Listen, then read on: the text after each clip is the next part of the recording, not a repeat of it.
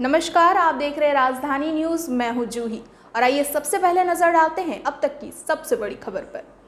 चंदवा समाज सेवी रवि कुमार डे ने पथ निर्माण विभाग के विश्राम गृह में प्रेस वार्ता किया। प्रेस वार्ता में श्री डे ने बतलाया कि चंदवा के सामुदायिक स्वास्थ्य केंद्र में 1,85,00,000 रुपए का भवन निर्माण विभाग के द्वारा कार्य कराया जा रहा है, जिसमें बाउंड्री वॉल, पेपर ब्लॉक और भवन निर्माण चल रहा है। निर्माण का कार्य 4 संवेदक को दिया गया है।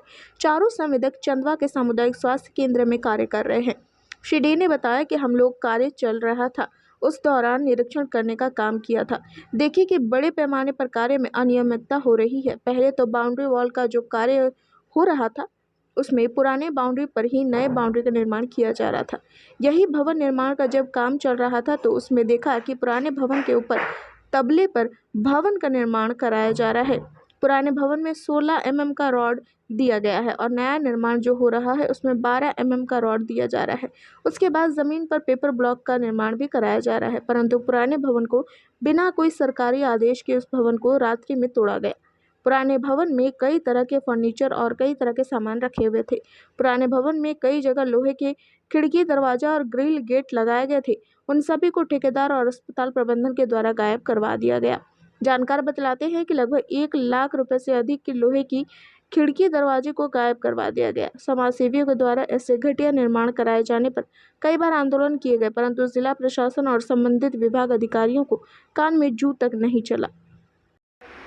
चंदवा सीएचसी यानी सरकारी अस्पताल में जो 4 निर्माण कार्य हो रहे हैं भवन निर्माण विभाग के द्वारा, वो कार्य बहुत ही घटिया हो रहा है। और इस संबंध में हम लोगों ने आयुक्त को, संबंधित विभाग के सचिव को, स्वास्थ्य विभाग के मंत्री को, स्वास्थ्य विभाग के सचिव को, सबको हम लोगों ने पूर्व में अवगत कराने का काम किया, परंतु फलाफल शून्य रहा।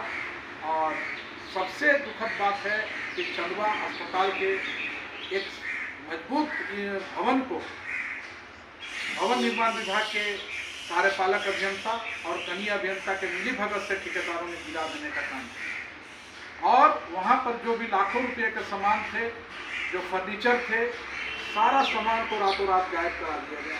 ये एक बहुत ही गंभीर मामला है।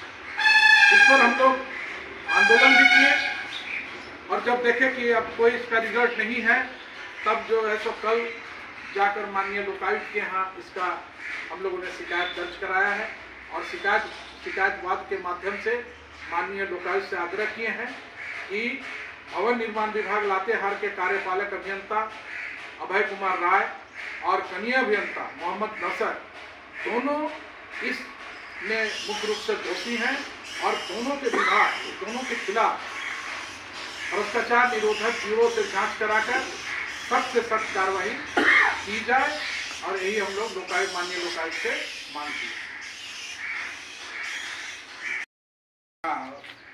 ये आपने बहुत अच्छा सवाल पूछा है।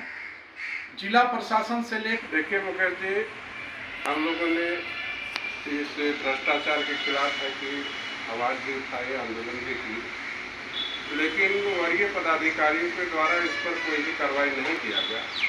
अंततः है कि हम लोग इस मामला को माननीय लोकायुक्त में करने का काम किए और वहाँ पर ये आशा है हम लोग को कि वहाँ जो भी होगा निष्पक्ष जांच होगा और जो दोषी पदाधिकारी होंगे उन पर निश्चित रूप से कार्रवाई होगी। दिन भर की तमाम बड़ी खबरों के लिए आप इसी तरह हमारे साथ बने रहें और हमारे चैनल को लाइक और सब्सक्राइब करना ना भूलें।